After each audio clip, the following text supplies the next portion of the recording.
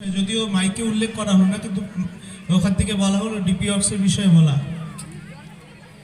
আমার মনে হয় ডিপি ওয়ার্কস এমন একটি চ্যাপ্টার যেটা করতে গিয়ে মানুষের ভোরবেলায় যে মুখে শতনুজ্ঞা পাঠ করে সেটা কতখানি কে পালন করে জানি না। ডিপি ওয়ার্কসের ফিল্ডে যদি গিয়ে কেউ করতে যায় তাহলে সেটা শতনুজ্ঞা ডিপি ওয়ার্কসের ফিল্ডে বেশি পালন হয়। প্রথম শতনুজ্ঞায় আমরা পাঠ করি আমি অক্রোধী। নাটক করেই হোক, অভিনয় করেই হোক, ডিপি ওয়ার্কস যখন কোথাও করতে যাই কেউ যদি অপমান করে, শেষে ঠাকুরের আদর্শের কথা মাথায় রেখে আমরা কিন্তু সাপের মতো ফোঁস করে উঠি না। ডিপি ওয়ার্কস শুধু পরকে যাজন করে না, ডিপি ওয়ার্কস মানে নিজের অবাঞ্ছিত চরিত্রে হাত দেওয়ার গল্প।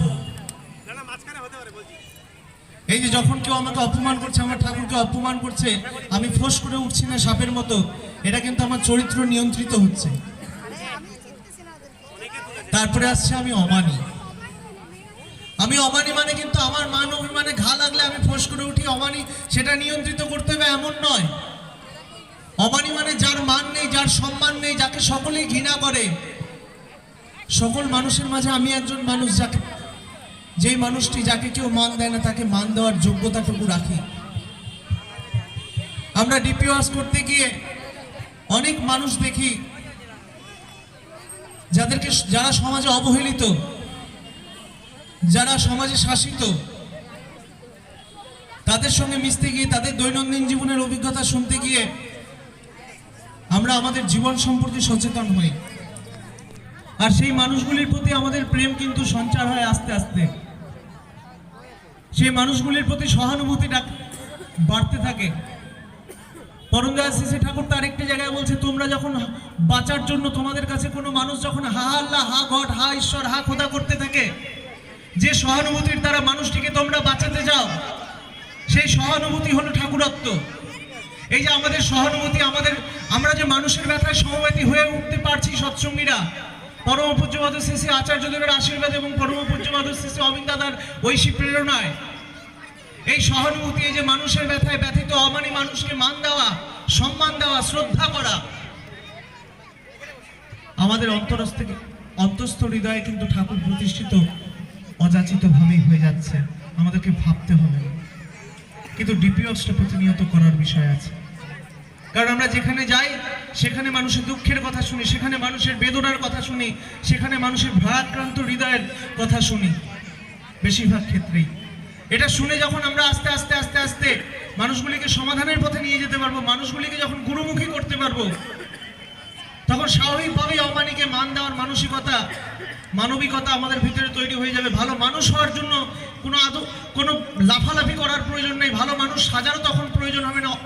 আলটিমেটলি আমার চরিত্র আমাকে তেমন সুন্দর একটা যোগ্য ফুল, বা মানে ফুলের সমতুল্য যোগ্য সুন্দর ফুল যেমন, তেমনি একটা সুন্দর মানুষ করে তুলবে যখন মানুষের ব্যথায় আমি ব্যথিত হতে শিখব। কিছুদিন আগে আমার মাকে নিয়ে কলকাতায় চিকিৎসা কাজে গিয়েছিলাম। তো আমার মা জানলা দিয়ে দেখছে অপোজিট বিল্ডিংয়ে, যে বিল্ডিংয়ে আমরা ছিলাম তার অপোজিট বিল্ডিংয়ে একটি পায়রা ওই ঘুড়ির সুতোতে লেগে ঝুলে আছে উল্টো হয়ে। মা বলতে পারছে না, ব্যথায় কাতরাচ্ছে, কিন্তু আমি ঘুম থেকে উঠে যখন এটা দেখেছি তখন তাকে বাঁচানোর চেষ্টা করলাম। গল্পটা এটা না, গল্পটা হলো ওই বাঁচানোর জন্য আমি বিল্ডিং থেকে নিচে নেমে একটি মানুষের কাছে, যেই বিল্ডিং এ ওই পাখিটি ঝুলে আছে সেই বিল্ডিং এ আরেকটি মানুষকে গিয়ে বলছিলাম, দাদা আপনার বাড়ির ছাদে কি একটু উঠা যাবে? বলছে কেন? বলছে, আমি বললাম যে ওই পায়রাটা ঝুলে আছে, ওর সুতাটা ছাড়িয়ে দেওয়ার জন্য উঠতাম। বলছে, আমার ভাষা শুনে হয়তো তার মনে হয়েছিল আমি উত্তরবঙ্গের মানুষ। আমাকে হুট করে জিজ্ঞেস করছে, তুমি কি উত্তরবঙ্গের মানুষ? আগে হ্যাঁ, আমার বাড়ি জলপাইগুড়ি জেলার ময়নাগুড়িতে। বলছে, এর জন্য বনের মোষ খায়, নিজের খেয়ে বনের মোষ তাড়ানোর অভ্যাস তোমাদের একটা সহজাত। আমি তো খুব দুঃখ পেলাম, আবার ফিরে আসলাম। আমার ঘরে অরিজিৎ বর্মনদা বলে এক দাদা ছিল, তাকে বললাম, দাদা আমি তো তেমন কঠোর পরিশ্রমী মানুষ না, আমার মাথায় কুলোচ্ছে না পাখিটাকে কিভাবে বাঁচানো যায়, তুমি একটা বুদ্ধি করো। অরিজিৎ এরকম একটা একটা ইটের মধ্যে ঘরের কাপড় মেলা রশি খুলে নিয়ে একটা ইটের মধ্যে বেঁধে কোনো রকম পাখিটাকে উদ্ধার করলো। গল্পটা এখানে না, গল্পটা আমি যেটা বলতে চাচ্ছিলাম, ওই যে মানুষটি যে বললো তোমার নিজের খায় বনের মোষ তাড়ানোর অভ্যাস, অজ্ঞাত স্বরে পরের দিন দেখে ওই কলকাতার রাজপথে একটা স্টেজে দাঁড়িয়ে সে বলছে, আমরা সমাজের নেতৃত্ব দেই, আমাদের কর্তব্য মানুষের ব্যথায় সমব্যথী হওয়া, মানুষের প্রতি সহানুভূতিশীল হওয়া। আমি ওকে দেখে পারি তো ওখানেই মাথা ঘুরে পড়ে যায় আমার। যে মানুষটা আগের দিনে একটা পাখিকে বাঁচাবো বলে গিয়েছিলাম, আমাকে ঘুরিয়ে দিয়েছিল, সেই মানুষটা আজকে স্টেজে দাঁড়িয়ে বলছে মানুষের প্রতি সহানুভূতিশীল হওয়া আমাদের কর্তব্য। এমনি করে সমাজের নেতা এমন করে প্রতিশ্রুতি দিয়ে পালন করে না, এমনি করে সমাজের মাস্টারমশাই প্রতিশ্রুতি দিয়ে পালন করে না, এমনি করে সমাজের যুব শ্রেণী বিভিন্ন ভালো ভালো কথা জানছে, ভালো ভালো কথা শুনছে, মোটিভেশন স্পিকার যারা তাদের কাছ থেকে শুনে মোটিভেশনাল কথা নিজেরাও দু চারটা চালিয়ে দিচ্ছে সমাজের বুকে। কিন্তু নিজের অবাঞ্ছিত চরিত্রে হাত দেওয়ার আজকে জগতে কোথাও কোনো উপায় নেই। একমাত্র সৎসঙ্গ এমন একটি প্ল্যাটফর্ম যেখানে আচার্যদেব এবং অবিন দাদা তারা নিজেদের অবাঞ্ছিত চরিত্র কিভাবে নিয়ন্ত্রিত করতে হয় এমনতর শিখিয়ে হাজার হাজার মানুষকে তেমন মহাজীবনের অধিকারী হয়ে ওঠার প্রেরণা যোগাচ্ছেন। তাই আমরা সৌভাগ্যবান, আমরা যারা শ্রী ঠাকুরকে ধরেছি, আমরা এমনতর একটা কর্মের সুযোগটুকু পেয়েছি ডিপি ওয়ার্কস, যে কর্মের মাধ্যম দিয়ে মানুষকে বাঁচানো তো প্রথম অপশন অবশ্যই, কিন্তু তার চেয়েও বড় কথা আমার অবাঞ্ছিত চরিত্রে হাত পরে আমি একটি শুদ্ধ আত্মা হতে পারি, যেটা শ্রী ঠাকুর পুণ্যপুথির প্রথম বাণীতে বলেছেন, আমি শুদ্ধ আত্মা চাই। ঠাকুর এক সময় দুঃখ করে একটি মানুষকে বলেছিলেন, জানেন দাদা, মানুষ কখনো আইডিয়ালের উপর নির্ভর করে চলতে পারে না, মানুষ আইডিয়ালের উপর নির্ভর করে চলতে পারে। সমাজে যেখানে সেখানে গেলে বাণীর কথা শোনা যায়, যেখানে সেখানে গেলে স্বামী বিবেকানন্দের কথা শোনা যায়, যেখানে সেখানে গেলে বিভিন্ন ঋষি মহর্ষির কথা শোনা যায়। পালনের ক্ষেত্রে নেতারাও কেঁচা কলা দেখাচ্ছে, পালনের ক্ষেত্রে মাস্টারমশাই কাঁচা কলা দেখাচ্ছে, পালনের ক্ষেত্রে ব্যারিস্টার কাঁচা কলা দেখাচ্ছে, উকিল কাঁচা কলা দেখাচ্ছে, ডাক্তার কাঁচা কলা দেখাচ্ছে, সবাই কাঁচা কলা। আজকের এমন সমাজে দাঁড়িয়ে আমরা আছি জন্যই একটি মৃতদেহের উপরে ধর্ষণ করা হয়। আমরা এমন সমাজে দাঁড়িয়ে আছি। তাই আমরা যারা সৎসঙ্গী শ্রী ঠাকুরকে মাথায় নিয়েছি, সমাজে যা কিছু হচ্ছে সবার জন্য অগ্রভাগে দায়ী আমরা। কারণ আজকের যুগ চলবে কিভাবে, আজকের যুগ চালানোর জন্য আমাদের কি কর্তব্য, আমাদের কি ভূমিকা। পরমদয়াল শ্রী ঠাকুর তার বিভিন্ন বাণী গ্রন্থে এবং তার জীবন দিয়ে এবং সবচেয়ে বড় ইম্পর্টেন্ট বিষয় আচার্যদেবের ভেতর দিয়ে, আচার্য পরম্পরার ভেতর দিয়ে নিয়ন্ত্রিত করার চেষ্টা করে যাচ্ছেন আজও অকাতরে। আমরা আমাদের অলসতা কাটিয়ে উঠতে পারছি না। এই ডিপি ওয়ার্কসে গেলে আমি যে নিরলস বলি ভোরবেলায়, সেই নিরলসের সার্থকতা আসে। আমি অক্রোধী, আমি অমানি, আমি নিরলস, কাম লোভজিৎ বসি। যে কোনো কর্মের সাথে যুক্ত থাকলে কামকে জয় করা যায়। কাম জয় করার জন্য কোনো হিমালয়ে গিয়ে সাধনা করার প্রয়োজন নেই। আমি ইষ্টপ্রাণ, ইষ্টকে প্রতিষ্ঠা করার জন্য যার হৃদয় কাঁদবে, যার হৃদয়ে পাগল পাড়া হয়ে যাবে, স্বাভাবিকভাবে সে ইষ্টপ্রাণ হয়ে যাবে। তার জন্য বই গ্রন্থ পড়ার প্রয়োজন নেই। কিছুদিন আগে একটা ভালো গান বেরিয়েছিল, শাস্ত্রগ্রন্থ ঘেটে দেখি তাহার মাঝে তুমি নেই। সত্যি শাস্ত্রগ্রন্থের মাঝে তিনি নেই, তিনি আছেন প্রত্যেকটা মানুষের সত্তায় সুপ্ত হয়ে। এই সত্তাগুলির মাঝে তিনি যেদিন জাগরিত হয়ে উঠবে আগ্নেয়গিরির মতো, সেদিন আর কাউকে ধর্ম শেখাতে হবে না, কাউকে ধর্ম কথা বলতে হবে না। মানুষের জীবনটাই ধর্ম হয়ে যাবে, মানুষের জীবনটাই ঈশ্বরের মূর্ত রূপ হয়ে দাঁড়াবে। আজকে ঈশ্বরের মূর্ত রূপের কথা ব্যাখ্যা করতে হচ্ছে। পরমদয়াল শ্রী ঠাকুরকে ধরে যদি আমরা শুধুমাত্র শতনৌকাটুকু ফলো করতে পারি, তাহলে ঈশ্বরের মূর্ত রূপ খুঁজতে হবে না। মানুষগুলি ঈশ্বরের এক একটা রূপ হয়ে উঠবে, মানুষগুলি দেবতা হয়ে উঠবে, মানুষগুলি ভগবান হয়ে উঠবে। সেবা তো সহজভাবেই আসবে। ডিপি ওয়ার্কস যদি কেউ করতে যায়, একটা মানুষের দুঃখের কথা শুনে শ্রী ঠাকুরকে ধরে অন্তত পক্ষে আমাদের হৃদয়ে পাষাণ যদি হয়েও থাকে, কখনো যদিও বা ছিল পাষাণ, শ্রী ঠাকুরকে ধরে প্রত্যেকটা মানুষের হৃদয় একটু হলেও বলেছে যে অন্যের ব্যথায় ব্যথিত হয়। এটা আমি নিজে মর্মাহত, এটা আমি নিজে প্র্যাকটিক্যাল অভিজ্ঞতা রয়েছে। আমার মা যখন অসুস্থ ছিল কলকাতায়, আমার আত্মীয় স্বজন কতবার খোঁজ নিয়েছে জানি, কিন্তু গুরু ভাইরা এত খোঁজ নিয়েছে, আমি লাস্টে মোবাইল বাধ্য হয়ে সুইচ অফ করে দিছি। আমি বাধ্য হয়ে মোবাইল সুইচ অফ করে, আরে ভাই গুরু ভাইরা এত খোঁজ নেয় কেন? আমি যদি গুরু ভাইদের কাছে সহযোগিতা নিতাম, মানে অর্থের সহযোগিতা, আমার মার অপারেশনে 1.5 লাখ টাকা লেগেছে, সেখানে আমার 2 লাখ টাকা গুরু ভাইরাই আমাকে দিতে চেয়েছে, কিন্তু আমি নেইনি। সেবাটা সৎসঙ্গীদের ভিতরে একটা বাই বন্ড বলা যেতে পারে। হয়তো জন্মেতে আমরা কেউ ঠাকুরের সন্তান নেই, ঔরসজাত, কিন্তু এটা যেন একটা বাই বন্ডের মতো হয়ে গেছে প্রত্যেকটা মানুষের কাছে। একটা গুরু ভাইয়ের সঙ্গে দেখা হলে জানি মনে হচ্ছে জন্মান্তরের একে অপরের সম্পর্ক। তাই সেবাটা আমাদের কাছে অদৃশ্য কিছু না, দৃশ্যমান। আমরা সহজেই এটা করতে পারি। এটা সমাজকে দেওয়া আমাদের কর্তব্য, এটা সমাজকে দিয়ে সমাজকে উদ্ধার করার দায়িত্ব আমাদের। শুধু দায়িত্ব না, সমাজের প্রত্যেকটা কণায় যা কিছু মলিনতা আছে সমস্ত কিছু মলিনতাকে দূর করার দায়িত্ব আমাদের। আমাদের শ্রী ঠাকুর এই দায়িত্ব দিয়েছেন, আমরা যেন কেউ হেলা না করি, অবহেলা না করি।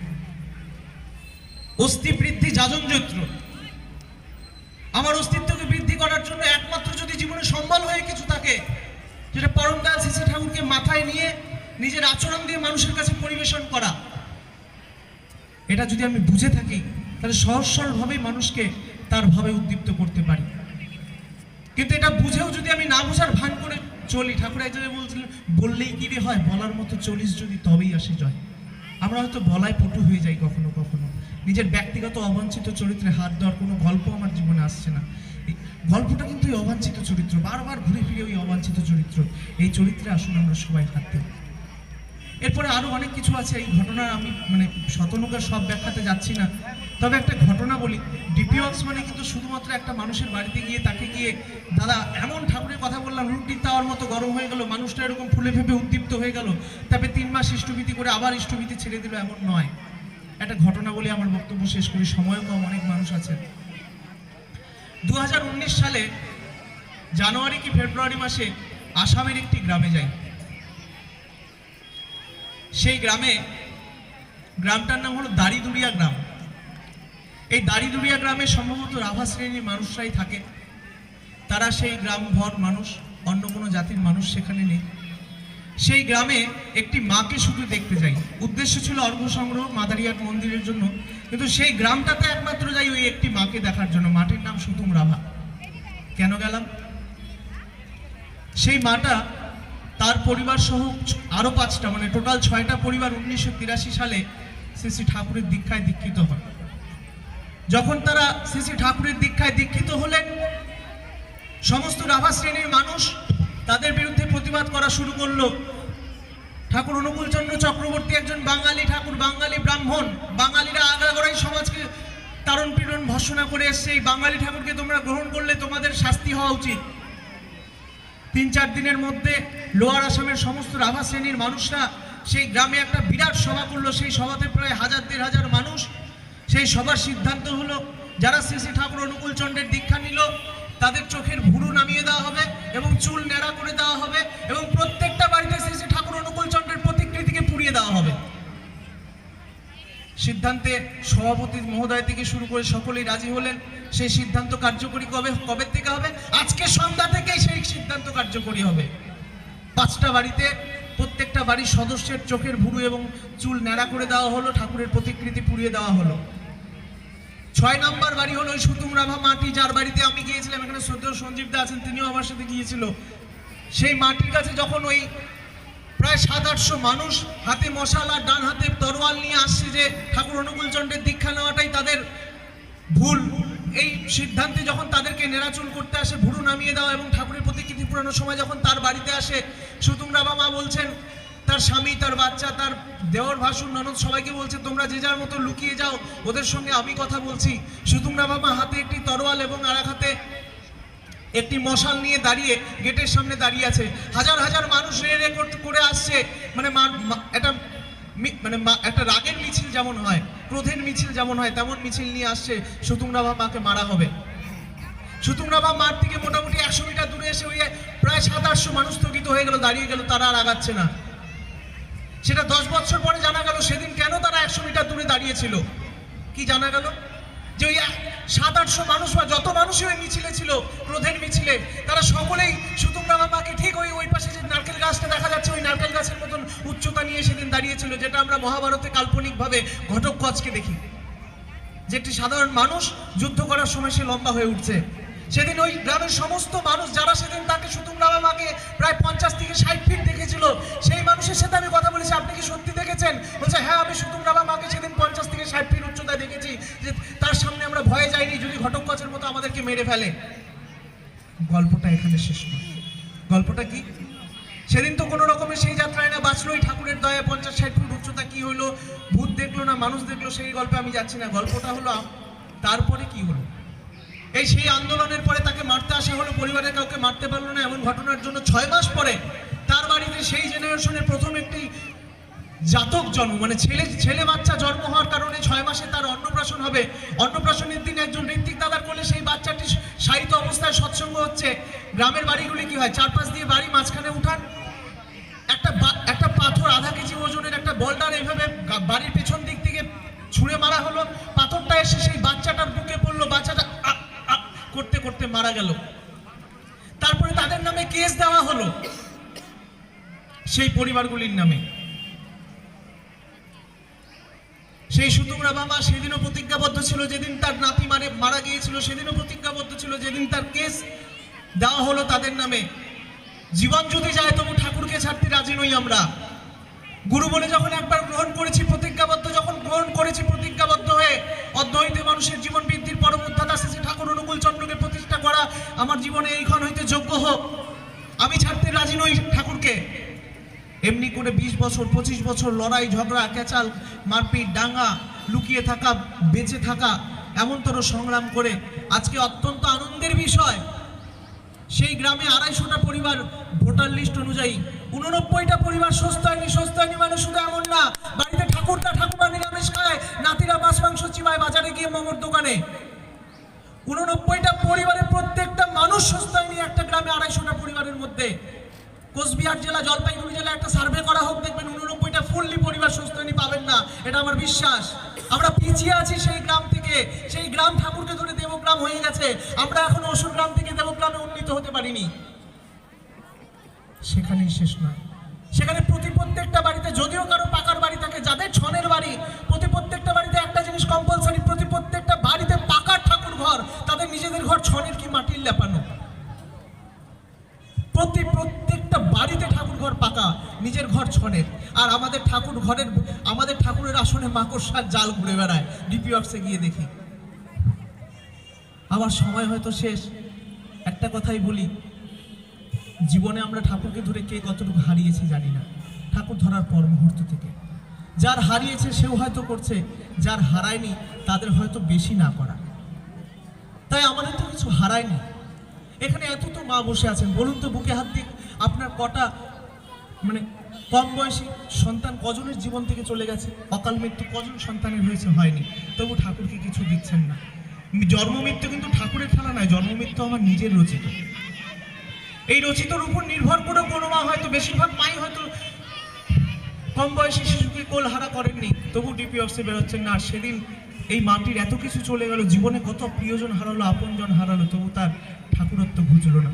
আসুন আমরা দৃঢ় প্রতিজ্ঞ হই, আমাদের ঠাকুরত্ব এমন করে জীবন্ত হোক, ঝড়ঝঞ্ঝা যতই আসুক, যেমন হোক প্রাণ, ইষ্টভৃতি আনে সবার পরিত্রাণ। ইষ্টভৃতি মানেই, এটা বলেই শেষ করি, শুধু সকালের ওই 1 টাকা 2 টাকা 5 টাকা 10 টাকা 1000 টাকা দেওয়া নয়, প্রত্যেকটা মুহূর্তে ইষ্টকে ভরণ পোষণ, ইষ্টকে ক্যারি করা, ইষ্টের মানসিকতায় চলা, ইট ইজ কল ইষ্টভৃতি। আমাদের ইষ্টভৃতি আরও শক্ত হোক, প্রক্ত হোক, সবাই ইষ্টপ্রাণ হয়ে ওঠে, এই আমার অকিঞ্চন প্রার্থনা প্রিয় পরমের আতুল চরণে। জয় গুরু। জয় গুরু। অত্যন্ত হৃদয়